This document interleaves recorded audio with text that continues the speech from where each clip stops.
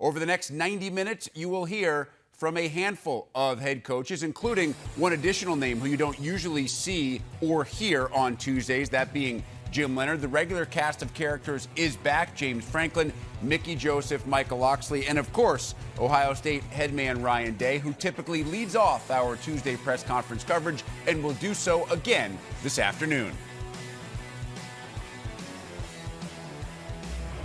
On behalf of the Ohio State football program, want to express our sadness and our prayers to the entire University of Virginia, its football program, over the senseless killings that took place over this past weekend. Our prayers to the families and friends, certainly who have lost loved ones.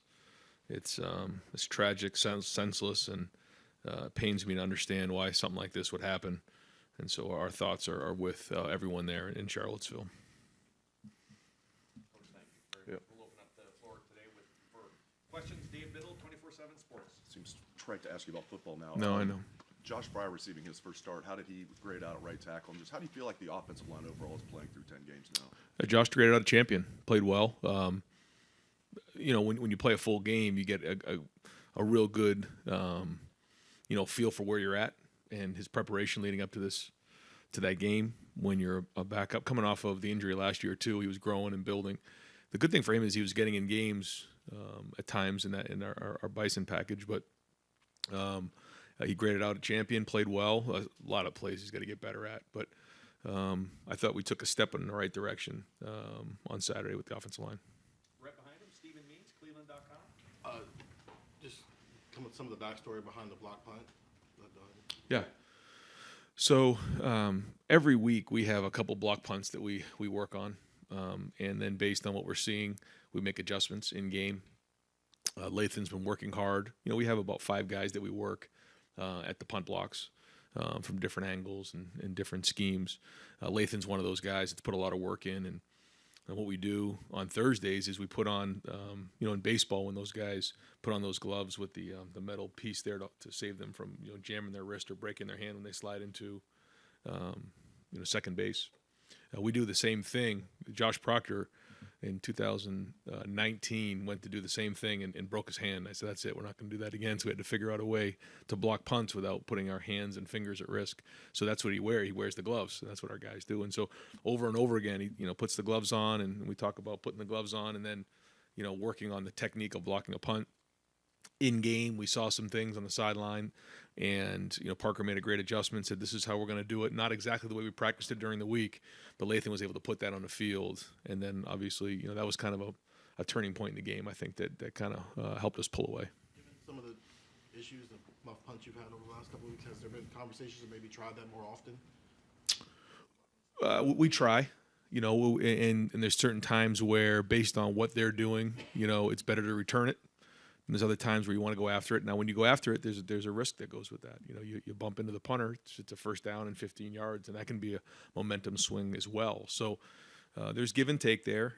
We have gone after some, and they just the blocking scheme just didn't quite work out that way. There's a lot more challenges with the new style of the rugby punters with the shield, as opposed to maybe like 10 years ago, you saw more of the pro style where those guys would kick slide, and it was more of a in the pocket punt. Guys nowadays with the Australian rules punters, they can really be creative about where they go, and it becomes a different and probably more difficult challenge to block punts. Right behind him, Dan Holt, 11 Warriors. Ryan, you said after the game Saturday that Xavier hadn't been practicing much at running back. Is that something that he will do more going forward after playing the way he did Saturday? Yeah, he's done both in his career. He had been practicing more at receiver recently, but he's done a lot at running back as well. He's spent really first couple of years at running back, and so you can see his running skills. I mean, he jumped right in, and it wasn't like we had to spend a ton of time with him on the tracks. He's got plenty of experience doing that, and we always kind of felt like he was more of a running back than he was a receiver, and then he's blossomed as a receiver as well. So, him being able to provide depth right there has been huge, and he's done really good things when the ball's been in his hands. What do you think it is about him that enables him to go back and forth between positions so successfully? I think it's because he learned, coming through special teams, all the different ways to play football. You just learn so much playing all 4 phases. And he's done that, and he's embraced it. You know, you're playing out in space on kickoff return. You're learning how to avoid blocks. You're learning how to block people. You're learning how to catch the ball. You know, when he's the kickoff return guy, he's done some punt return work in practice. There's just so many different things and skills that you learn playing special teams, and that's translated to him being productive on the field. Fourth row middle, Pat Murphy, 24/7 Sports. Brian, you said competitive excellence probably as much as anything this year, and you guys have obviously done that well. You've got a game this weekend, but there's the big one coming in 2 weeks. How do you guys keep attention on Maryland, make sure no one's looking ahead to get to where you want to go before that game? I think it's something that comes up every week. It comes up every year, this time of year. So what we try to do is like you said, the competitive excellence focus is something that we talked about early on, so that when we got to a moment like this, you don't just walk in a Tuesday meeting and say, guys, okay, we got to really focus on this week. Well, we've been saying this all along. And, you know, March Madness starts the first week of the season around here. And so you just have to embrace that and understand what it means to bring it every single week. Now we're working, you know, the game at the end of the year, every day out of the year. So that's not something that is out of the ordinary to know that that's always in the back of our minds, but that's like that every week. So our focus right now is on Maryland, going down there at 3:30, playing really good football, and then going from there. Fourth row right, Cameron T. Robinson, The Athletic. Ryan, kind of to expand on that, you mentioned even last week that you guys prepare for the game at the end of the year all year long. Right. I know you're not sitting here watching Michigan film, so like, what goes into preparing for big games on a weekly basis for you guys? Well, I just think it's a mindset. It's something that you know, we've done in the off season. We do all along. You know, but right now, again, the focus has to be on how we play on Saturday, and that's building towards the end of the year and playing our best football in November, because we know we have to play our best. You know, we have an opportunity to go 11-0 this weekend and still not have reached one of our goals yet. You know, it's just sobering, but it's the facts. So we know that, and it's part of that building process, week in and week out, to be playing our best football in November, and that's what we focus on. And so we got a really good opponent here in Maryland. They've played some teams really well this year. And you look at the teams that they played and the scores and what they've done. You know, Mike's done a good job of recruiting some really good athletes there. I think Taulia is a very talented quarterback. They have some weapons on the outside. And they've played good on defense. I mean, I think they're stout over there, and they've played well this season. So, you know, we've been in battles with these guys before. You know, we've been in the same situation in 2018. And, you know, that game went in overtime. So, you know, Mike does a really good job, and we're going to have to play really well. On Harris, what about him allows him to juggle so many things between work, school, and his foundation and still do it well? I think it's the balance that he found growing up. His mom, Monica, certainly had a big part in all of that, and in making sure that, you know, he understood that football is something that he does. It's not who he is. And that balance is become more important now, I feel like, than ever before, with the exposure our players get and everything that comes with it. You know, that balance is very, very important, because at some point football does end. And when it does, you have to find that balance in your life. And I think Paris found that at a young age. Right next door, Spencer Holbrook, Letterman Row, on 3. Ryan, Ty Hamilton played more run defense snaps against Northwestern, and then played more pass defense snaps against in your last game against Indiana. What do you guys like about him on the inside, and have you seen him take a step forward? I think he had the second most snaps of any defensive tackle. Yeah, no, I think he's playing his best football by far. I think you guys have seen it, graded out a champion. And I think you're seeing versatility there. I think you're seeing, like you said, you know, strong against the run, powerful against the run, but also transitioning into the pass rush and pushing the pocket. You know, Ty's gotten better every day. He works every day. He's there every day. And, you know, we think he's playing at a starter level. Dylan Davis, Delaware Gazette, third row right. Was Dallin Hayden somebody in the summer that you looked at and said, that guy could play for us right now? Or did that just kind of happen naturally as the season progressed and as you had to put him in there? I guess, you know, how was his development? Has that surprised you at all, or did you see that guy as somebody who could contribute? I mean, the talent was there. It's a matter of how quickly can they assimilate, how quickly can they get into the program and the culture, and then can they sustain over an extended period of time with all of the things that we ask of them. You know, academically, you know, in the weight room, the preparation, just the daily grind of being a college football player as a freshman. That's really what you're not sure about a young player. And then sometimes, it takes a little bit longer for them to get on the field. For Dallin, he's been able to, when he's get on the field, first of all, he's taking care of the ball. It's the number one job as a running back. And then from there, he's been able to go play and not let the moment be too big for him. I think when you watch him run, he runs with good vision. He runs with, he's got good quickness, good feet in the hole, accelerates through the hole. And, I think when I watch him, I think the best thing he's doing is just trusting his instincts and going out and play and not letting the moment get too big for him. So if he can keep building on that and growing on that, he's got a bright future ahead of him. Right next door, Rob Allers, Columbus Dispatch. Ryan, you got pretty good depth at wide receiver. I don't think there's a lot of people that would have said if you lose Jackson that you wouldn't miss a beat.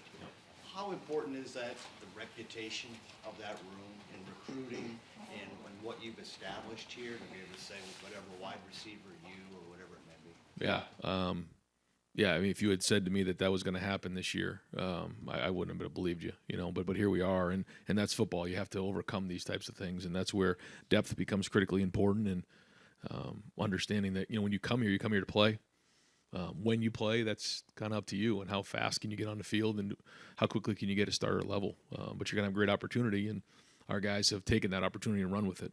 But I think you can see the development, you can see the blueprint, you can see how we do things schematically, fundamentally, the way Brian teaches. And so it's an exciting time to be a wide receiver at Ohio State. Follow up. That said, what would Jackson give you right now? I mean, there are people who say, well, you haven't missed anything, you don't really need him, but what would he add to what the offense is? Yeah, I mean, it's hard to say now that we've played 10 games and not really had him available. But listen, Jackson, is one of the best receivers in the country, one of the best, slot receivers I've ever been around. So, he's been missed. What's his status, if you can just follow up on that? Yeah, no update at this point. Yeah. Second row, right, Doug Lesmerises, Cleveland.com. Ryan, you mentioned after the game that maybe you've been a little stubborn, is the word you used, in terms of trying to run the ball within short yardage. There's been sort of this toughness conversation this whole year that you guys have embraced, and you want to be that tough football team. Is short yardage like the way that best manifests itself, or what are the ways that any football team, like actually on the field in moments, shows toughness in your mind? Yeah, I think the first thing is just physicality, how hard you play. We say relentless effort is 4 to 6 A to B plus 2, 4 to 6 seconds the length of a play, point A to point B, and then for 2 seconds past the cone or past the whistle, 2 steps past the cone. I think that's a big thing. Can you play with unbelievable effort week in and week out as hard as you possibly can? That's the first thing. And the second thing is really just the physicality of actually looking someone in the eye and knocking them back. There was a lot of great instances of great toughness. I look at Xavier Johnson's run. I mean, there were guys running 70 yards down the field, getting, blocks where they're knocking people to the ground. And there was like 3 of them downfield. Unbelievable effort. There was some really good clips in here that we show in the champions meeting. I think we had about 14 clips of just relentless effort, toughness, discipline, guys playing really hard. Some unbelievable clips on special teams of just guys laying out, knocking people over. So I think all those things lead to that. Now you got to bring it every week, but those are the things. In terms of the short yardage, that can be a part of it. You got to get movement. You got to run a guy over. You got to be physical, and we split the big one for on 3rd and 1 for the touchdown. That was great, but then there was some other ones that we got to do a better job of. Right next door, Bill Landis. Right. I guess maybe following up on that idea, Ryan. Like, I think I might express this wrong, but I feel like sometimes you're in games where the margins can get so wide that maybe you have a luxury to kind of work through stuff during a game that other teams maybe don't have sometimes. Does that ever creep up in those situations where you're trying to cultivate something, you're trying to get good work in game situations in short yardage, where maybe if the situations were different, you wouldn't, as you said on Saturday, try to bang your head up against the wall? Yes. Yeah. We have to get certain things done, and when you find yourself in certain games, and you got to do what's best for the future of where you're going, not always in that moment right there. There's the time and place for everything. So we got to get that done, and we're going to keep working at it. And there's been good progress made, but those situations aren't going away, and we're going to keep working at it. What is your, I guess, overall philosophy on throwing the ball in those situations? I think some people look at that and say that's maybe a pretty aggressive mindset to throw it on 3rd and 1 where you can just kind of fall forward for a yard. But how do you balance the physicality you want with throwing the ball with the quarterback and receivers you have? When you look at those situations, certainly running the ball, you have to at some point say, we can run 1 yard, and there's going to be a lot of guys in a box, and that's a mentality and a physicality. But there's been other times, and you guys have seen it, in 4th and 1 in the Rose Bowl, and we're shooting it down the field. So, we're going to do what's best to win the game. But there is part of that mindset that, we got to make a yard when it's, 4th and 1. Over here to the right, Adam King, WBNS. You guys have 11 days until the big one here at the Shoe. What do you need to see at Maryland to know that this team is ready? I don't think there's anything that we're going to say, now we're ready to go play this game. We just got to keep doing what we're doing, keep preparing the way that we've prepared, play well, find a way to win the game, and then move on to that one. You guys dealt with a lot of injuries this year. It seems like more than most seasons. How frustrating can that be at times for a team to kind of just having to keep change pieces? How ready is this team to just get back to full strength? Yeah, it can be very frustrating for sure, but at the same time, it's part of the game, and you see it happening across the country week in and week out. We try to do everything we can to make sure they have everything they need to get back on the field or prevent themselves from getting injured. The prevention is really through sports science, through monitoring and recovery, and then we have our sports medicine department that helps them once they have an injury to get back on the field. And those guys do an unbelievable job, and they work at it. And there was a lot of guys that played in that game that were hurting. You don't hear that because we don't really put it out there. But there was a handful of guys this time of year that were pushing through a lot of bumps and bruises and things like that because it's November in the Big Ten. That's how it goes. So we're working on healing up to get healthy, but we have the right mindset. And I think the way that you saw us play on Saturday, you can see that our guys are strong and they're persevering through it. Right in front of him, Play Hall, WSYX. Ryan, you go back to 2018, and Jerry and Mike remind us in the notes, Haskins ran for 3 touchdowns that day. Were you calling those runs, or was that Urban who's in love with that quarterback run? I think at that point of that season, that was a unique time. I think you remember there was a couple points in the season where we were really struggling just getting any kind of run game going. And, there was a point where, Dwayne scrambled and threw it down and actually got booed in Ohio Stadium for not, running for a first down. And there was some hard feelings there for a couple weeks. And, Dwayne got challenged to, get involved with the run game. And, he did in that game, played really tough, and that was his hometown, and all his friends and family were there. And, during his service, this past year, that game was brought up as like a huge game for him, and there's maturity as a player. And, boy, he played well in that game because that was, 52-51 back and forth, and what a strange game. But, the message will be to our team this week. That was a wounded team that their head coach, I think, had been fired, and they still played us really, really well. And Maryland's always dangerous, especially there. Right in front of him, Don Berry, WBNS. Coach, you've said all year it doesn't matter who you're playing, it's about what you guys do. With that said, this is the time of the year you want to be playing your best ball. Obviously, the big one's looming.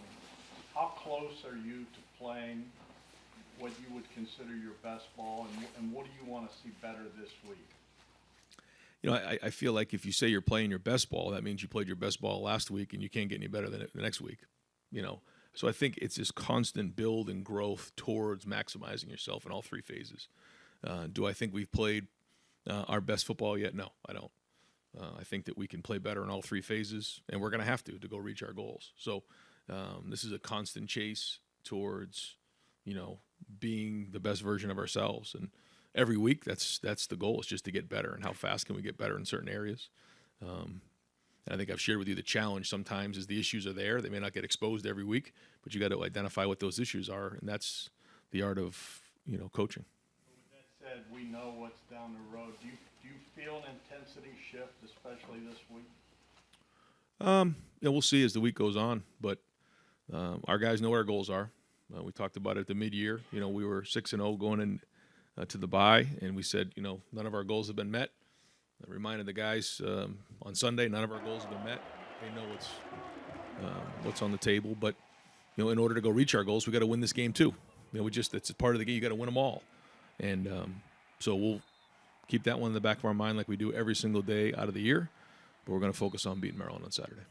Far left, Justin Holbrook, WCMH. When it comes to a true freshman, especially like Dallin or Travion last year, what's the balance between maturity and character and ability, and why those two things work simultaneously, and why they can work right away when they get here? Yeah, no, that's a good question. I think that the talent has to be there, because if you don't have the talent, then it's hard to keep up. It's hard to perform on the field. But if you don't have the maturity, like you said, the work ethic, the ability to process high levels of information, handle a brand new workload that you didn't have in high school, those add up real fast on you, especially this time of year. So, and then a lot of times guys hit a lull and they come back out of it. They struggle. Like that really happened to Chris Olave his freshman year, but he was struggling. He wanted to go back to California in the worst way. And a couple guys put their arms around him. He came out of it. And then remember the game he had at the end of the year.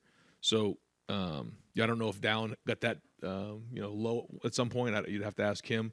But every freshman goes through it. And then if you can come out the back end, then usually you're stronger for it. And, good to see him play the way he did on Saturday. I'm sure that's going to give me more confidence. Second row left, Steve Hellwagen, 24/7 Sports. Yeah, Coach, I don't suppose you're going to tell us if Travion Henderson and Mine Williams are ready to practice or whatever, but just from a general standpoint, given the uncertainty, you're going to play with a running back. Just how do you prepare for this game with the idea they may practice half the time, they may not practice or play at all? Just from a general standpoint, how do you guys go into the week at that position? In a perfect world, everyone's healthy and everyone's practicing and getting all the physical reps that you would need in a game week. We have physical reps and mental reps. And so what you have to do is you have to really focus hard on, if you're not getting all the reps that you need in practice, being in the back and getting the mental rep, putting yourself in there, actually physically walking through that rep and seeing the picture, then going through, watching the film and doing a lot of extra work on your own. That's why I give Xavier Johnson a lot of credit last week, because he didn't have all the physical reps, but he was able to put it on the field at a pretty high level when he was in there playing that position. So that'll be the challenge if those guys aren't able to physically practice as much. Deep left, Nathan Baird, Cleveland.com. Ryan, in a couple of years, we're going to be in a Big Ten with no divisions. And if that existed this year, you guys would already be guaranteed of playing Michigan after the Michigan game, playing them again for the Big Ten championship. Just curious how you think that changes the vibe around that game. Are you okay with this new setup in the Big Ten, even though it's going to come with something that maybe compromises what you get out of that game? I remember initially thinking that very thing, but until you just said that, hadn't given it much thought recently. But it certainly does make you think for a second. I can't tell you I'm in a place to be focusing on anything other than trying to beat Maryland and going after those guys. But that'll be very unique for sure. I guess more like, an NFL, situation where you may have to play a team multiple times, and that would, kind of affect maybe your game planning. But we'll worry about that when we get down the road. Fourth row middle, Tony Bergman, Buckeye Huddle. Ryan, the NFLPA, I don't know if you saw this, came out and asked to have an immediate ban and removal of all slip film turfs in the NFL, which is the same kind of turf here at Ohio State. I was wondering if you had any thoughts on that, if you had heard about that. Split turn, I don't even know what that means. The type of turf that Ohio State uses due to a higher number of injuries. I guess the NFLPA wants that stuff removed, and I just wondered if you had heard about that. No, it's the first I've heard of any of that, yeah. I can say, Tony, if you don't mind me interrupting there, that we've had some discussions, some of the administrators have here. I know the NFL is not mandating that these stadiums remove their fields. We test our fields twice a year annually. We'll continue to do that. But there has been some discussions about the topic that you're discussing. Yeah. All righty. Front row right. Austin Ward, Rivals 97.1. Got short yardage. There's your excuse. Ryan, on Saturday alone, you had the magic with Cam Brown came back for another year and more injuries and made a couple big plays. You got a former walk-on run for a 70-yard touchdown. From the outside, those look like things that validate the strength of your culture. They're also different kind of stories that maybe we were focusing on a year ago. How different does it feel this year to be in it compared to a year ago, just by direct comparison? Yeah, you don't really prepare for a moment like Cam's or for kind of a day like that when you see things like that happen. It's just one of those things where it happened with the Lathan Ransom punt block. You just keep swinging at the rock, and eventually it cracks. And you saw some of that happen on Saturday. These are guys. You take Mitch Rossi for example. You take Xavier Johnson, Cam Babb. Guys who have overcome a lot of things. And you can see when Cam Brown is healthy what he can do. And I mean, if we're going to get to where we need to go, he's going to have to be a major contributor. Talked to him about that last week. Talked to our guys about that. And that's part of this process. You think about where Cade was at, where Tommy was at. I mean, double hip labrum surgery as a freshman. I mean, there's so many things that come with it, and you overcome them and you get stronger. And that's life. And I mean, that's one of the reasons. One of the major reasons that I got into coaching was to watch and help people overcome adversity, because that's what life is. Adversity is coming around the corner every single day, and how you handle it as a person kind of defines who you are. And to see some of these guys learn that process and not just say, well, I want to go transfer. Xavier Johnson could have probably gone a lot of places and played a lot of football, but here he is as a Buckeye making an impact on a team that wants to go, chase some unbelievable goals.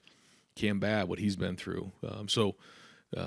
And for Cam Brown too, I mean, what an opportunity he has now to write a story here down the stretch for himself. And you don't always recognize the opportunity that you have. And so we try hard to help our guys realize the opportunity is right here. Because once it's gone, it's gone. You don't have this opportunity ever again. You look back the rest of your life. You have the rest of your life to go do other things. All of our energy right now needs to be focused on this team and where we're going. But I think there's been a lot of work done in the offseason with Mick and the staff and our leaders to build that resilience and perseverance that you're talking about. You're at the top, but you're just one person. Did you think that you needed to do anything differently to get that? You and Mick had conversations, I know, about leadership groups and all that.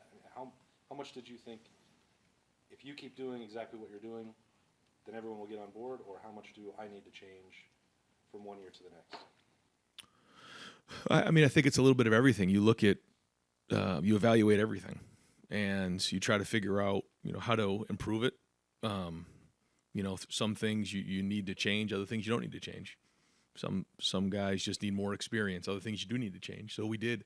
We altered some things in the off season, like you said, with the leadership groups that I thought was huge. But also, sticking with what you believe in too. And having conviction in what the culture is all about, and having conviction in the people that you bring into the program, because we have recruited great people into this program, staff, coaches, and people and players. And when you have great people in the program, I mean, it's been said here a long time, you win with people, then you believe in them, then you trust it, then you just keep working forward, and you put your faith in people. So that's been the focus. Now we'll see if we can reach our goals. Front row, Joey Kaufman, Columbus Dispatch. Ryan, the moment that Cam Babb had was special, but what do you see moving forward? I guess the role he can have for you guys now that he's back, just as far as being that rotation and being a contributor week in and week out? We'll see what he'll be able to do physically on a regular basis, and if he can take on more, then absolutely we'll give it to him. We'll just have to see how much his body will be willing to actually take on. Do you have any sense on what he could take? I actually don't. No, I actually don't. Yeah. I know that the setback in the preseason did set him back some, so we'll see how much he'll be able to take on moving forward. I hope it'll be a lot, but I just don't know. Is able to kind of withstand the workload. What are his best traits as a receiver from the time you've been able to kind of when he was? I know you guys were high in spring. Very conscientious. I mean, very smart. Understands the game. Strong and powerful. Explosive. Good hands. Runs really excellent routes. Very accountable. Good quickness in and out of the break. Really good body language. I know CJ really liked throwing to him. Fourth row left, Jacob Benz, the Lantern. Hey, Ryan, just going back to some of the Big Ten and things like that, from a recruiting standpoint, after the conference announced the UCLA, USC going to join the conference later on this decade and whatnot, how have you seen maybe the recruiting ramp up in the months since the announcement, or do you see it maybe becoming more of a long-term thing where Big Ten schools become more prominent out there on the West Coast? I think it's probably more of a long term. You'll see it over time. I don't think it was immediate, although we are recruiting guys from the West Coast. We have been, and there's been a lot of excitement about Ohio State, and the fact that now there's 2 teams from LA coming to the Big Ten. So that's been good, and I think it'll be positive because now we're a nationwide conference. Front row middle, Bill Rabinowitz, Columbus Dispatch. I hate to ask you about your least favorite topic, but you said after the game that you're optimistic that DeWand and Denzel will be able to play, and you expressed optimism about the running backs. Where does that stand right now? Yeah, same. I feel the same way. We'll see as we get through the week. I think some guys will be on a pitch count. Some guys will have to see how practice goes today. But a lot of the stuff that we heard today and this morning was promising. Okay. And about the 2018 game, one of the most pivotal plays in that game was you forwarding a pass to Rashad Berry, which a converted defensive end on 4th and 1. You don't convert it, you lose. How much have you thought about that play? And if it hadn't worked, who knows? That was a moment where you called the best play you thought gave us a chance to win the game, and at that moment, that was it. And then I think after the game, I remember being with Coach Meyer, and he said, "You realize you called the pass on 4th and 1 to Rashad Berry, and if he doesn't catch that, then our season's a lot different." And you just one of those things, you just call it. The decision's been made. You make the decision usually in a moment like that. In a meeting room on a Wednesday, and you just call it, and you trust in your execution. But I had forgotten about that play until you just mentioned it. And final questions, front row right, Tim May, Letterman row on 3. Thank you, Jerry. Ryan, right now in the season, all these questions, whatever, especially about personnel, do you feel like you're driving a car where like pieces are flying off and a tire's going flat, and yet you're picking up speed? You understand what I'm saying? I would think the pressure. What is it like to be in that moment where you're trying to get a handle on going to Maryland? You don't know really who's going to be available. How does that just impact like planning and everything else? You understand what I'm asking? Yeah. No, it's I guess it's part of being a college football coach right now. There's a lot of changes that go on, and you try to do the best you can to prepare for being in November in the Big Ten. This is just what we're dealing with. There's a lot of variables that come into play. And the only way to do that is to build a tremendous amount of depth. And that's where, I think back on the preseason when we're going through each position and, guys are asking questions about each position group, and it's like, well, who's going to get on the field? They're all going to get on the field. It's just the way it usually works. And it's rare that a position would just play one guy the whole year, just because it's such a long season, 9 conference games plus Notre Dame. So it's just something you plan for and try to have contingency plans in place. And contingency-wise, could you see going into Saturday with Dallin Hayden being, in essence, a starter based on right now, and would Xavier be the backup? You know what I'm saying? Or do you think Chip can come back? Can you live with that, I guess? Yeah, we have to. We don't have a choice. That being said, we feel like we have a really good chance to get, all those guys back for next week. Now, maybe one of them won't, but I'd be shocked if all 3, Chip, Mayan, and Trey would not be available. I think we'll get, hopefully at least 2 of them back and go from there. But I just don't know right now. Yeah. Thursday that magic day, though, when you kind of. You get about 48 hours out, you got a pretty good feel. And last question, what are y'all doing right now offensively that you really like? Obviously throwing the ball, you're almost incomparable in that aspect. But what is it about this offense that just gets you going? Over 600 yards on Saturday, and all those problems I just mentioned, you dealt with.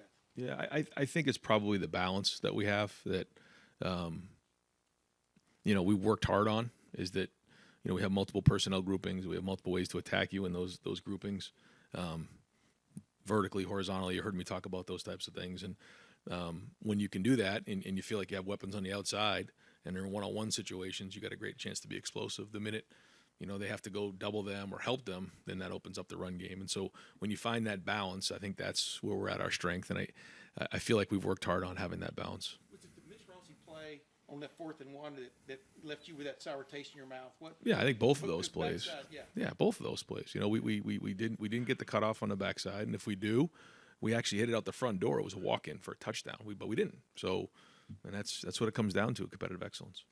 Coach, thank you very All right, much. thanks, guys. Remiss if I didn't open up by offering and extending condolences to our UVA football family and their program. You know, our thoughts and prayers are with Coach Elliott, who I know personally, have come to know him over the years. Our thoughts and prayers are with him, his staff, their football program, and then the UVA community, and especially to the families that lost children. Really personal. When things like this happen, it puts a lot of things into perspective, especially for me, having been a dad that lost a son to gun violence. Talked about it with our team yesterday, and again, our thoughts and prayers are with them. As far as the Penn State game, you know, nobody in our building's happy with how things played out the last couple of weeks. I grew up in this profession under some really good coaches that taught me when things don't go well, it's on you as the leader. And so the way we've played the last 2 weeks is on me as a leader to get our team, our player, our program to play up to our standard. And that's what I intend to do. As I said Saturday, it's not time to hit the panic button for us as a program. I had a good team meeting with our players where I opened up the floor for them. And here's where I saw growth in our team. And this is, to me, when we say we don't lose, we learn. When I opened up the floor to our team yesterday to ask, where are we? A simple question, where are we? The ones that I'm sure you guys want to ask. What I got and what I saw was that the culture of this team is heading in the direction that we wanted to head into, because I saw a lot of kids stand up and take accountability for their play. You know, this is the time when you lose games like we've lost the last couple of weeks, that's where finger pointing starts, blaming starts happening, and I see none of that in this program. And I can tell you, being here, this is year 4, we've had that happen where the fingers get pointed as to play calling and this guy playing and why I'm not playing. Well, that's not what has happened the last 2 weeks. And I've seen the leadership of this team when I continue to talk about us taking the next step. Sometimes you think it's tangible with wins and losses. We took the next step with the way our players responded, because they're not happy about how they played. And then they took accountability the same way I do as the leader of the program. And so to me, we're still moving forward. And I hope that, you know, our fans and our people understand that. And though the losses show different, what I saw in the locker room, what I saw in our team meeting is exactly what I had hoped to see, and it's encouraging. There will be some changes, obviously, like I said after the game, and how we approach things and what we do. And we take these deep dive looks. You know, for me, I look at it as I've got to build our team to win in November. And what does that entail? Well, in this league, it entails being able to win up front, making sure that we have the ability to run the ball, stop the run, when we don't have the advantages of great weather, wetness, rain, wind, those things. And so we've got to build a team that allows us to win. And that's what we're doing. That's what we'll continue to do. I'm confident, again, that our team will show up. They showed up yesterday with the right mindset. I mean, what a great opportunity to play a top 2 team. You know, for me, probably the number 1 team in the country here at home with nothing to lose. As I told our team, there's nothing more dangerous than a desperate man that has nothing to lose. And that's kind of where we are. They've got everything to lose. They've got a big game after ours, I think. I don't know who they play, but they play somebody after our game that it's a pretty big game. And so for us, it's going to be about us going out, doing the things that we practice with the right kind of effort, with the right mentality. You know, if there's anything that really jumped off the screen to me is that Penn State they outbeat us. They out-toughed us. They played tougher and harder than we did. And that's not typically what a Maryland football team has looked like. And that's on me as a head coach. I mean, they should take on my personality. And to me, I can tell you that I don't feel there's very many people out there that are tougher than me. I'm built for this. So I'm excited about this opportunity against Ohio State, a top team coming in here to the Shell. Again, those numbers are going, we're starting to lose opportunities for our seniors. So this is a great one. Our captains this week, Ami Finau, Jahari Branch, and Tank Booker. With that, I'll open it up for questions. When you talk about making some adjustments up front, is that more of a recruiting emphasis, or do you anticipate there'll be lineup changes? Oh, everything involved. Recruiting, trying to find a match of the best players. We're fortunate, hopefully this week we get Mason Lunsford back, who's been kind of a stalwart in there to kind of steady things. You know, when you lose a guy up front, the way that unit plays and the unison that's involved, when you start moving pieces around, which we've had to do the last few weeks, it takes its toll. So it'll be great to get Mason back this week, you know, as long as he continues to move toward in the direction he's moved so far. What we do scheme-wise, tying down both edges, you know, playing a little more Joey Burns, a fullback in there when it gets wet out, to be able to give us a chance to be able to cover people up, knock the line of scrimmage back, and run the ball effectively. And then on the flip side of it, defensively, stop the run, knock back, penetration, make tackles, do all those things that you got to do to win in November in the Big Ten. Mike, Ohio State leads the Big Ten in just about every offensive category. They've been held to under 45 points just twice by Notre Dame and Northwestern. Is there any common thread when you look back at the tape of those games that they did defensively against the Buckeyes that might help you this week? You know, I think the biggest thing when you watch Ohio State, because of the way they're spread out, diverse with the talent they have on offense, it starts with trying to affect the quarterback, which, you know, the games that they've lost over the years here that I've had a chance to evaluate is they've been able to get the quarterback on the ground and effectively create problems for him, because he's the guy that makes that thing go, and he's a special player. And so, yeah, we're going to have to do some things and where we can try to affect this quarterback, because, you know, when they've struggled, it's because people have gotten to the quarterback and affected him. And so we've got to do some things on defense to try to affect the quarterback. When you mentioned that, taking a deep look, I mean, what have the last couple days looked like as a staff? And is there anything, I mean, not like game planning wise, but anything else specific that you plan to change this week? I mean, the big thing is the deep dive is really looking at everything we do in our program, how we travel, what we do, how much we practice, rehab, scheme. For me, I've watched the Penn State game. I got back, stayed in my office, watched it 3 times, offense, defense, special teams, met with Leah in the morning. He and I watched it together to flush and really kind of get back to the roots of where these issues are, because we haven't played very well the last 2-3 games. Now we've dealt with a backup quarterback playing 3 games ago against Northwestern. We've dealt with wind and rain in the Wisconsin game, and then we've dealt with some elements this week. But the thing that jumped out for this game is that I felt we got out-toughed, and that's personal for me. Speaking to Lee, he's been held under 100-yard passing over the last 2 games.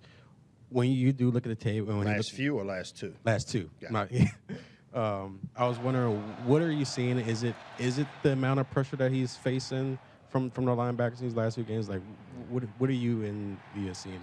I know this. A couple weeks ago, there were a lot of teams that played in the Midwest that were held under 100 yards passing. I think the guy we play in this week maybe have been under 100 yards passing in the Northwestern game. You know, that's when I talk about building a team for November in the Big Ten. I mean, weather is a factor. And so, you know, as I said, balance isn't necessarily throwing it for a certain amount of yards or running it for a certain amount. It's being able to do both when you need to. And when we play in some of the elements we played in, we need to run the ball. And so there hasn't been a big emphasis other than when we had to throw the ball to try to put the ball in harm's way. Have we protected him very well? No, we haven't. But there were opportunities for him to maybe not take as many sacks by getting the ball out. There were some guys open. As he and I have spoken about, it's about, you know, being very disciplined and not looking at the rush because you have – I mean, he's got beat up the last couple games. You get sacked 12 times the last 2 games. It's a lot of hits on the quarterback. And so it's my job to make sure we're doing things to get him protected. We're calling things that allows him to get the ball out of his hands quicker, and that, you know, we can keep him upright to where he can do the things that Leah has shown the ability to do really well. Hey, Coach. What's up, man? You talked about players stepping up, taking accountability. After the Penn State game, was there any player in particular that kind of showed that leadership during that meeting for you? I can tell you that it was a bunch of them. I mean, I don't want to get into, you know, in-house family stuff, but all classes, walk-ons, freshmen, seniors. I mean, we had a lot of guys, because when you ask that question, where are we, you know, I knew where I thought we were and what I felt we needed to do, but I wanted to hear from them because, you know what, in this day and age of transfer portal, NIL, I mean, we work for them. I mean, if you really want to look at it. I mean, as a head coach, I work for those guys. And so I needed to find out from them where they saw us. And I was really, really encouraged with the response I got. And it wasn't just one or two people. It was a lot of people. And that, to me, is the cultural shift that we need to continue to have.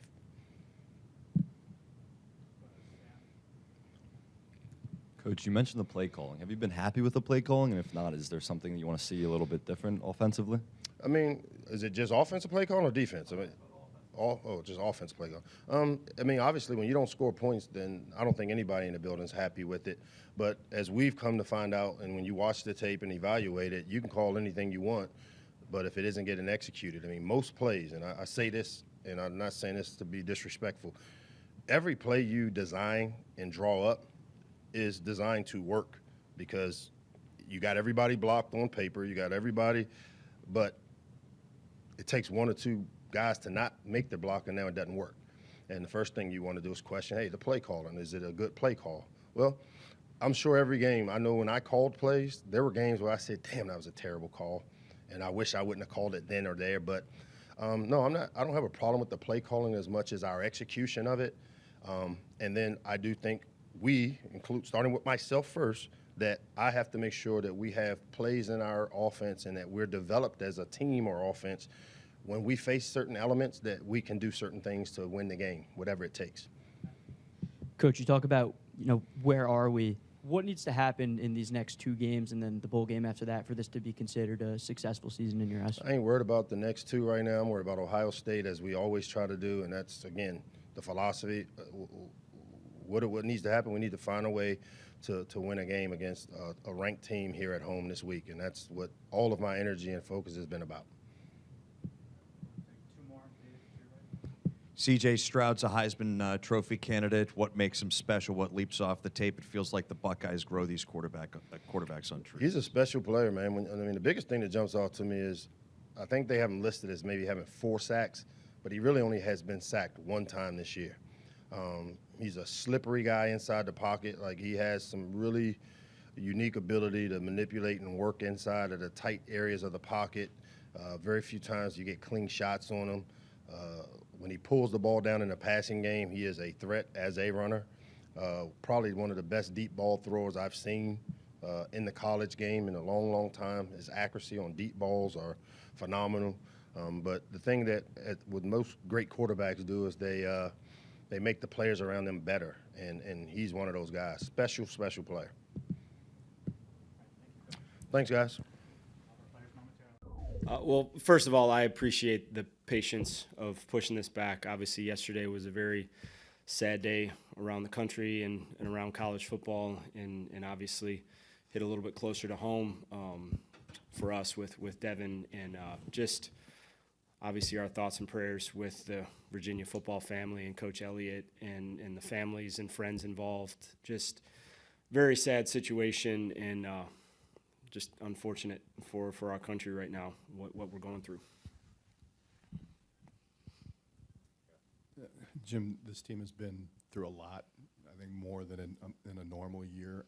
Are you concerned this week, given everything that's happened, about where they are here and maybe here, especially for the players who were really close to Devin when he was here?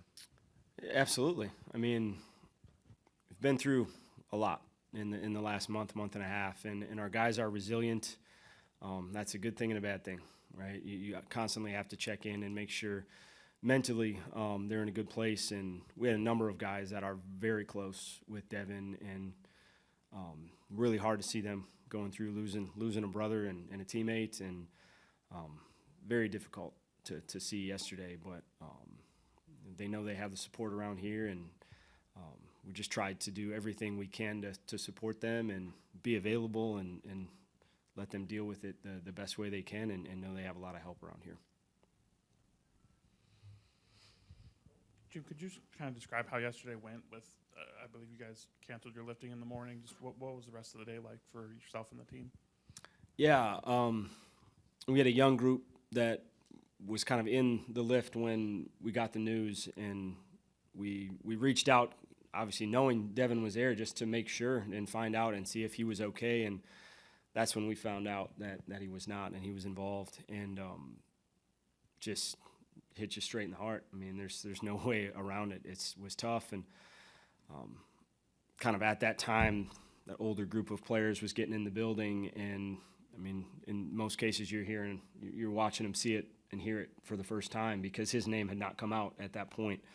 We had talked to some of his family and found out the situation, so it had not been reported that he was involved. So, majority of guys in that class and around that class just very close with Devin. I mean, the thing that I'll never forget about him is his smile. I mean, that kid lit up a room. He had it all the time, on the field, off the field, and to see this group hurting like they were yesterday and even today. I mean, there's a good number of them that are not even close to being over that situation, and it shouldn't be. It's hard. Try to get them to focus for short bursts of time out on that field and in the meeting room, but outside of that, they're dealing with some really heavy stuff right now. Jim, you guys have had to deal with a lot this season, both not getting the results on the field you'd like, and then obviously the off the field stuff that's happened this season. Can you just describe how tough the season has been? The last few months. Yeah, when you come up short and adversity hits, you learn a lot. You learn a lot about yourself. I think you learn a lot about the people around you, kind of the commitment of everyone involved. And unfortunately, it seems like we just keep getting punched, and we're going to get back up. That's all we can do as a program, as players, as men, just continue to grind through it. And that was part of my message yesterday. I don't know the answer. It's hard to understand why certain things happen. You just have to trust that there's light at the end of the tunnel, and just continue to push and stay together and support each other, and you're gonna find that reward at the end. And it doesn't seem like it's there right now at times, but we can control as much on the football field as anywhere else, and that's where we want our guys to focus. When they get into the meetings, when they get on the field, you control a lot, and outside of here, sometimes that's not the case, as we found out yesterday. So. Just getting them to compartmentalize once again the emotions of it, the focus, not easy, right? Not an easy thing to ask, not an easy thing to do, but we're going to do the best that we can. Jim, this team still does have an opportunity to qualify for a bowl. How valuable do you think those extra practices could be for you, should you get the permanent role, just to spin this forward and get the team ready for next season? And also, how valuable is it for some of the young guys from what you've seen over the years? Yeah, making a bowl is a huge accomplishment.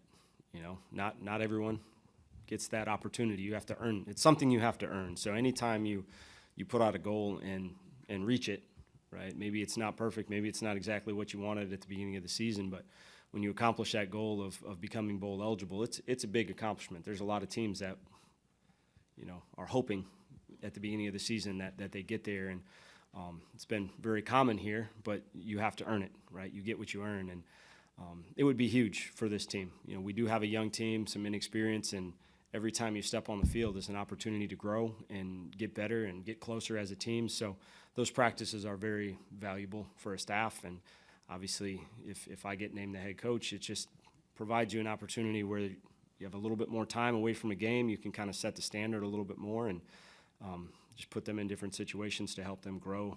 Hopefully it comes up in the game, but really for the future as well. Jim, I know last week you answered a question about James Thompson, but with him, with Isaiah, who's been out for a bit, how has he grown more in that time frame, do you feel? And how can he also complement others on that defensive line, both in the base 3-4 scheme and then also in the nickel?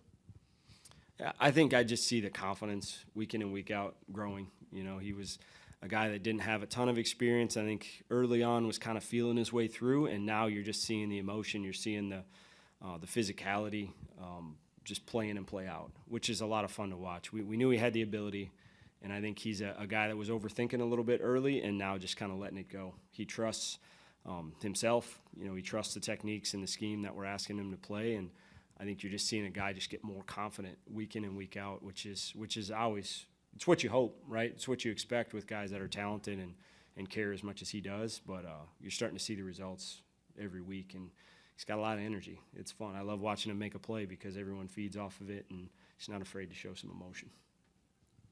Jim, you were asked about the offensive line after the game against Iowa, I guess line and tight ends, and you said you thought Iowa did a good job pressuring. When you guys broke down the tape, were your blockers having a hard time getting square shots on a guy? Were they on edges, on angles? Was that what led to the issues a lot of times, especially in the running game?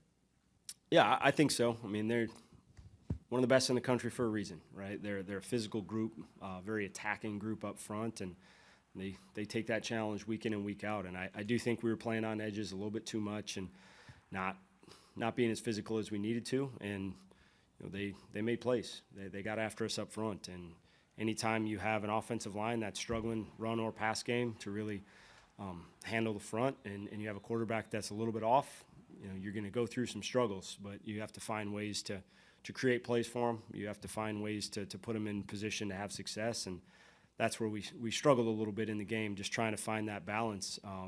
Usually thought you'd handle them a little bit better than we did up front, and kind of playing on your heels for a lot of the day. And just getting behind the sticks a little bit as well. That's been something that we kind of eliminated for those games we were playing well, but you start the second half and you kind of get behind the sticks a couple times again, and you just get out of a rhythm. And I think then you have to press, especially when you get down a little bit. Jim, after the game, Braylon had tweeted out that basically I need to improve, I have to play better. I don't know if you've talked to him since then, but just where do you think that the next steps for him are as a player and developing as a running back? Yeah, we've talked about it before, just how hard he is on himself. He's harder on himself than we have to be as coaches. So we have to teach him. We have to get him to understand when it's right to be patient, when it's right to just be a hammer and get the tough yards. He's a young guy who wants to be great. His expectation for himself, and he's really shooting for the stars as far as what his goals are. So he puts a lot of pressure on himself, and we have to get him to understand, like, it's not just you. We got to help you out. You don't have to be perfect. You don't always have to hit the home run, but he said we rarely have to be hard on Braylon because he takes care of that himself. We got to teach him. We got to get him to understand the situations that those big play opportunities are there, and when he just has to get it done for us. First of all, we want to start off by sending our condolences to the University of Virginia football program, the family and the friends and teammates of those involved in the tragedy, and to Coach Tony Elliott and his entire community. The Nebraska football program is thinking about them and praying for them during this difficult time. That's a sad situation that happened up there. Okay, we have 12 players that's going to walk on Senior Day. That'll be a part of Senior Day. And some of them that's going to be playing their last game in Husker Stadium. We want anybody considering walking that's going to be on our team next year. We want you to walk, so we want you to have that experience of Senior Day. Commend our seniors through a lot of transition. They haven't got the wins that they wanted, but they've been stand-up kids, for this program. They gave their all for this program. Questions? Mickey, do you have an update on Casey's status and health? Yes. Okay, Casey practiced today. He made some throws, so we're still going to take him day by day and see how he feels on game day. But I expect him to be able to practice every day. But we don't know at what volume that he'll be able to throw it. Did he rep in team drills today then? Yes, he repped in team drills today. How's Logan doing? Logan was better today. He's been a little beat up, but he was better today, and he threw the ball around a little bit, and he ran pretty well today. How's Chuba's out, high ankle sprain, so we'll get him in surgery in 2 or 3 days. And Mark Whipple, will he continue to call from the box from here on out, or do you have an update just on how Coach Whipple's doing? Well, Sean, maybe you can convince him, because I told him in the beginning to go to the box. Okay? And he got wiped out. So it was bad. But I think he's going to go to the box now. Andrew's going to be in charge of that. So if it doesn't happen, it's on Andrew. But yeah, I think he's going to go to the box. On the QBs, just with the guys who are a little lower down, that are kind of factoring in now, like Eric Sinek, what sort of is, I guess, sorted out who's where and who made the travel roster? Well, Sinek, he repped today with the second unit. So he'll be the next guy up, and I'm sure Torres. We'll look at Torres if we need Torres, but Sinek, he repped today. What kind of things will you be looking for from Casey to see if he can go or not? I mean, how do you arrive at that decision? see how the ball's coming out of his hand. You know, he's going to make good decisions, but I want to see how the ball's coming out of his hand, make sure it's not any nerve damage or any pain with the throwing. And then we'll figure it out from there. Like I told you before, I'm not going to play him if he's in pain. If he can't play at a high level, I won't play him, Seth. I won't play him. What was your takeaway from Logan's effort at Michigan? I thought Logan had a decent effort. I thought he didn't see it well. You know, he had Trey running down the middle field for a touchdown. He didn't see it, and he's looking right at him, and he just didn't see him. But, you know, like I said, that kid needs reps. And he had a lot of reps last week, but I guess it wasn't enough. But Logan, when he comes in, he gives his all. He gives everything that he has. He's a tough kid. Mickey, if Casey can't play and Chubb is already out, who's your backup to Logan? Jared will be. Yeah. Miles Farmer be available? Miles back. Miles is back. He practiced today. Practiced well today. What did you make of Ernest Hausman's performance on Saturday and just the way he continues to develop? And obviously that was a big stage for him. I think Barrett has done a really good job with Haas because he's playing at a high level and he's getting better every week. So I like where he's at right now. I mean, he was a puppy coming in here. He's a high school kid. So he learned how to play this game at a high level, and he's playing at a high level right now. We're really excited about his future. Jared Sinek up. We don't know too much about him. How has he moved up ahead of some guys? What's he done? Well, I think because when you look at it as a coach, he's the most athletic one. Because if you got to go to a third guy, you want him to be athletic. You don't want them all to be the same. So he can go in there and give you some run game and throw it a little bit. So that's where we're at right now. Is Harburg, what's been his progression? Is he hurt, or what's his situation? He's not hurt. He's not hurt. What about Alante Brown and then Phelan Sanford? I know both of those guys got hurt in that game. Are they available this week? Where are they at? We're going to see where Alante's at. When he tried to leap over the guy, that was a crazy fall. But I think he felt better today. We'll see how he feels tomorrow. And Phelan practiced today. You a fan of guys trying to jump over players? I'm a fan of guys that are trying to get it done any means necessary. And that's what he had to do, and that's what you want on your football team. You know what he said after that play? I'm trying to win the football game, and that's what you want. That's what some teams like where we are right now. That's what we're missing. Just that extra grit that I'm going to lay my body on the line to help this team win a football game, and I like that Alante. That's why I always ride with Alante, because at the end of the day, I know he's going to go to battle and he's going to give you 100%. That play, I mean. Did you cringe at all when you saw him do that? Absolutely. When he jumped like that, I was like, oh, just don't come down on your head. But he hit the back of his neck, so that wasn't any better. But I did cringe a little bit because, like you said, they're my boys, and when they go through pain, I go through pain. But I was excited about the effort and the statement he made after that. But he's a Chicago kid now. He's tough. I'm sure that's not the first time he fell on his neck. In Chicago, they play football on the concrete, so he probably fell on the concrete. He's a good kid. How do you recruit and cultivate and develop grit? You got to find it. You got to find them when you're recruiting them. I know somebody said that I offered a quarterback with no stars or some FCS offers, and if I would have listened to that person about Justin Jefferson, I would have never got Justin Jefferson because he was a 2,100 player ranked in the country when he came out. So we're going to go by evaluation. So when we're evaluating the kid, we're looking for that grit. We're looking for that finish on every play. So you got to look at him before you bring him here. How proud were you of Justin's performance on Sunday? Absolutely. I talked to him a week ago because he was going up for jump balls, but he was going up with his chest. And I said, just fight through with your hands and try to get your hands on the ball. But, I did drills at LSU, helped him do that. No joking. Mickey, you talked about recruiting after the game at Michigan, and Sam asking about that. With USC and UCLA coming in a little bit, I guess just kind of how does that change the recruiting landscape in the Big Ten? Well, you're going to have to go to Cali. You're going to have to go to Cali, but I don't think it makes sense to go to Cali and go get a 6 or 7. I don't think you go out there to get a 6 or 7 best player because you got USC out there, you got UCLA out there, you got Washington out there. You got to understand kids from the West Coast, they tend to stay close to home because one thing Lincoln's not going to be is California, never. We said the same thing when I was at LSU. We didn't go out there a lot because California kids, they kind of want that place to be Cali, and it's not.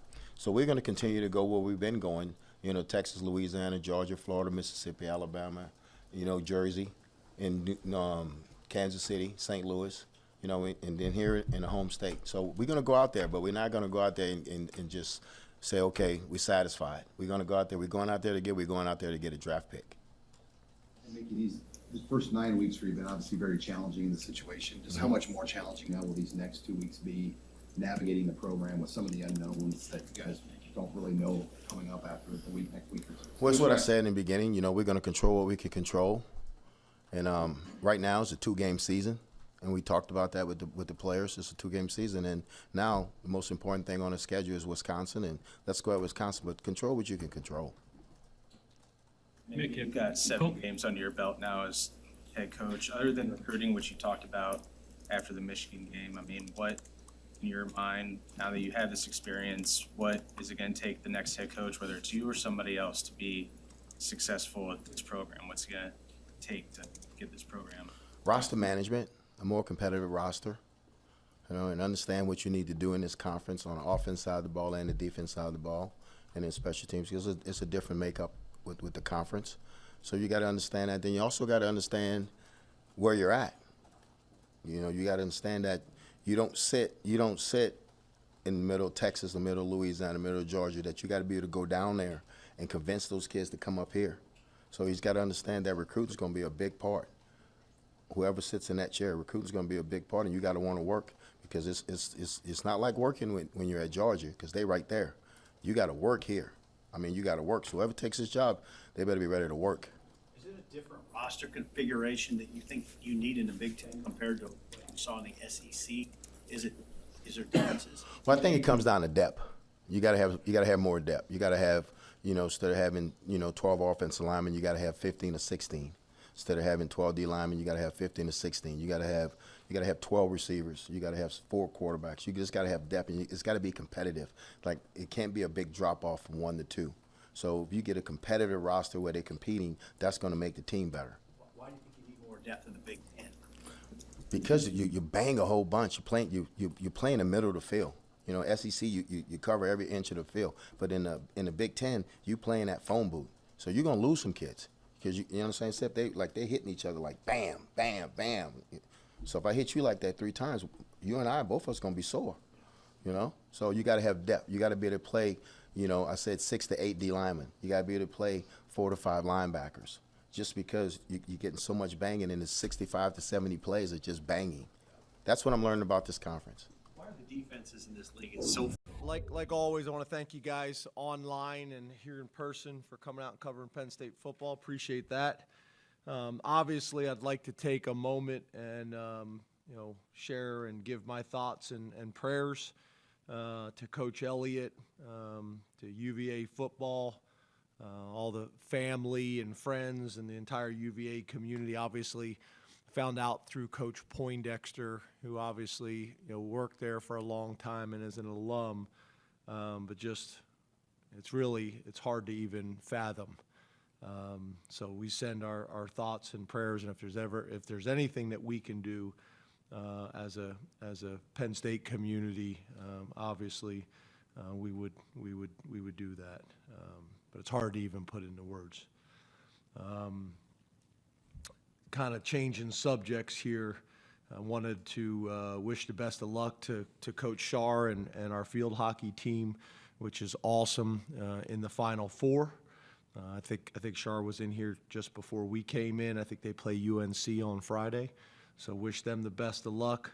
And then also, you know, Coach Dombach and women's soccer as they host West Virginia on Friday. I hope everybody will come out and support them.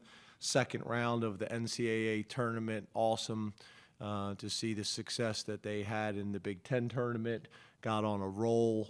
We were actually watching it at my radio show one night when they won, and then I think actually Coach Dombach was there last Thursday before we were able to wish her the best of luck. So that's awesome to see. One other thing that I did wanted to mention, and every situation is a little bit unique, you know, when it comes to injuries, but, you know, Chris had showed me there's been some misreporting out there, and I just kind of want to, you know, clear these things up. But like I mentioned last week, Joey Porter had a non-football specific injury, and there's been some misreporting out there, and I don't understand how that happens, but it did. So I will get into the specifics of this one, so it clears it up. But Joey had an appendicitis, and that's what happened. Obviously, I wouldn't release any medical information without clearing it with the family first. But I don't like the fact that there's been some misreporting out there. I don't really understand how that happens, but it did, so I wanted to clear it up. Moving on to Maryland, we talk about the stats that we focus on all the time is the turnover battle, and we tied that one. We had one late in the game. Penalty battle, we won that. The drive start battle, we won that. The sack battle, we won that significantly. The explosive play battle, not only did we win that battle, but we also met our offensive and defensive goals. Our players of the game on offense was Nick Singleton. On defense was Chop Robinson and Abdul Carter. And then on special teams was Jake Pinniger. On top of that, Nick was also the Big Ten Freshman of the Week, and Jake Pinniger was the Special Teams Player of the Week. And obviously the Jake Pinniger thing, I just think is a great example, especially in 2022 with all the different things going on and the transfer portal and so on and so forth. And here's a guy who was a starter, lost his starting job, handled it the right way, and now is the starter again. And doing extremely well, was just recognized by the Big Ten. So, he's, I think, a great example for a lot of our guys. Some more, kind of summary of the game positives. I thought the first play of the game, if you go back and watch it, the kickoff, I thought was just a great example of how we played. It was a great kick. The coverage, guys were flying down the field.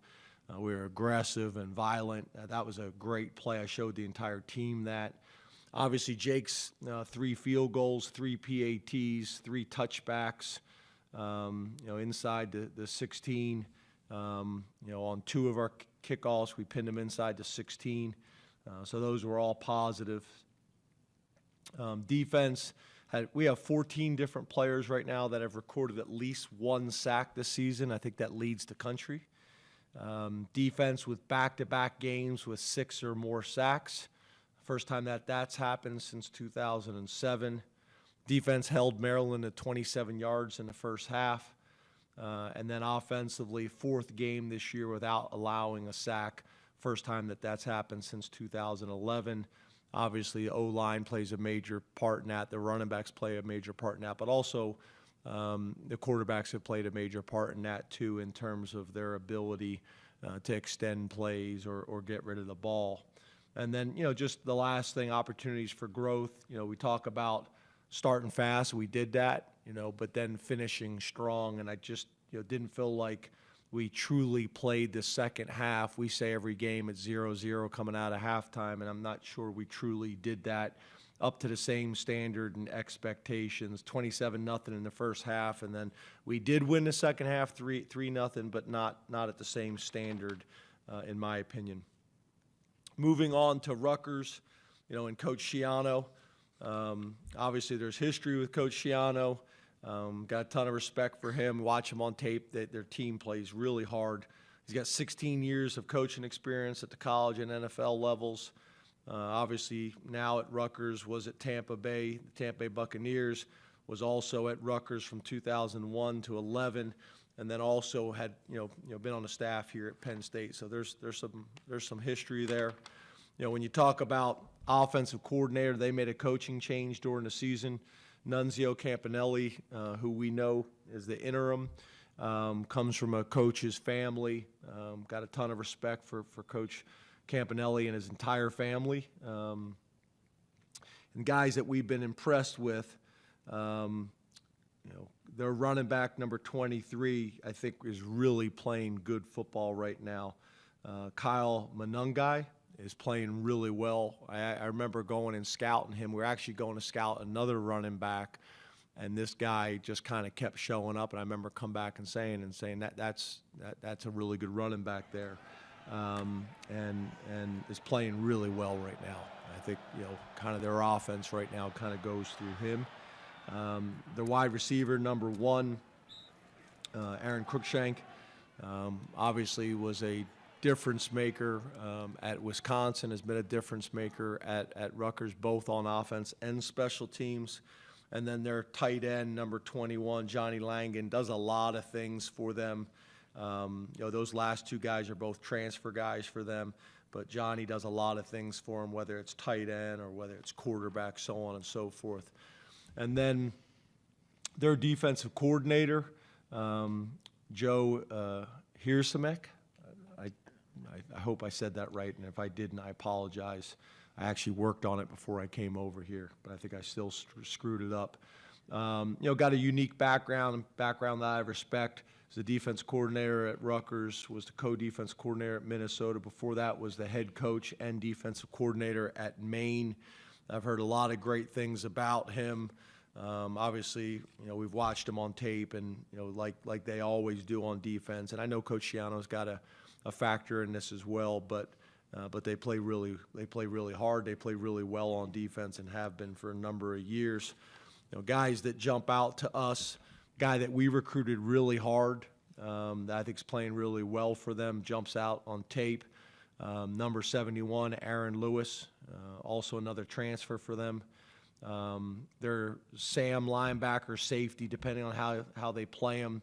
Number 0, Isian. Avery Young, their strong safety, number 2, is a local kid.